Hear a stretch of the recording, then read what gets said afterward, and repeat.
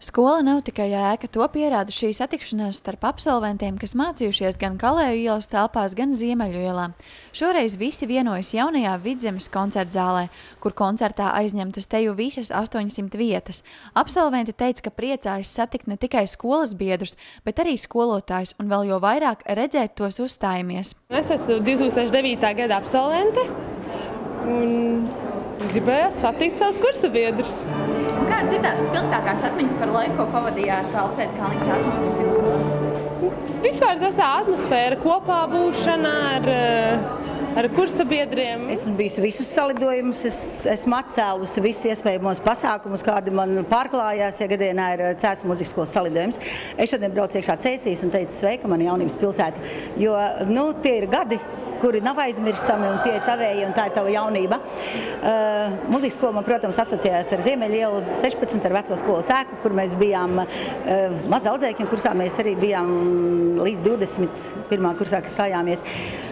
Tie ir skaistākie gadi, koris, beidzu klavieru klasi. Skolas direktors teica, ka šodien vairāk par atskatu pagātnē skolas kolektīvs raugās uz priekšu, uz nākotni un uz attīstību. Un tāpat kā ar absolventu sasniegumiem, lepojas arī ar šī brīža audzēkņiem, ar augstajiem jauno izpildītāju sasniegumiem un ar viņu pedagogiem. Mēs prezentējam šobrīd bez absolventu palīdzības. Mums tīri tikai tik daudz, cik skola saviem spēkiem, praktiski pedagogi saviem spēkiem sniedz šo te koncertu. Šis koncerts ir dāvana absolventiem, dāvana ciemiņiem, visiem. Tā ir mūsu dāvana Latvijai. Atkal satikšanos bauda gan tie absolventi, kas skolā mācījušies pirms 50–60 gadiem, gan tie, kas vēl joprojām savu dzīvi saista ar Alfrēda Kalniņa Cēlas mūzikas vidusskolu, bet nu jau paši kā skolotāji.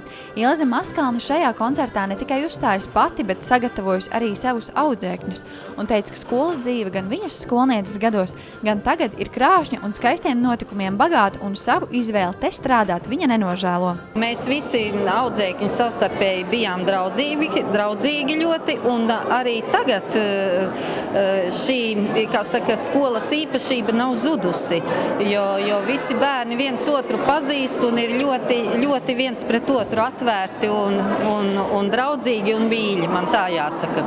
Un skolā mēs arī savukārt ar savu vīru es reizē mācījos vienā laikā. Jā. Tajos laikos mēs braucām uz kolhozu veselu mēnesi, bija vesels notikums.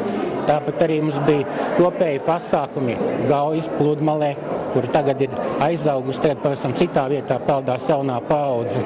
Un, protams, mēs stundām nācām atpakaļ visi kopā kolektīvi. Tā kā vienkārši mēs bijām liels kolektīvs un katrs kurs pa sevi veidoja to savu dzīves telpu, kurā viņi dzīvoja. Gunters Maskalns ir bērnu mūzikas skolas vadītājs. Viņš ir viens no pedagogiem, kurš arī saņēma atzinības rakstu par ieguldījumu jauno mūziķu audzināšanā.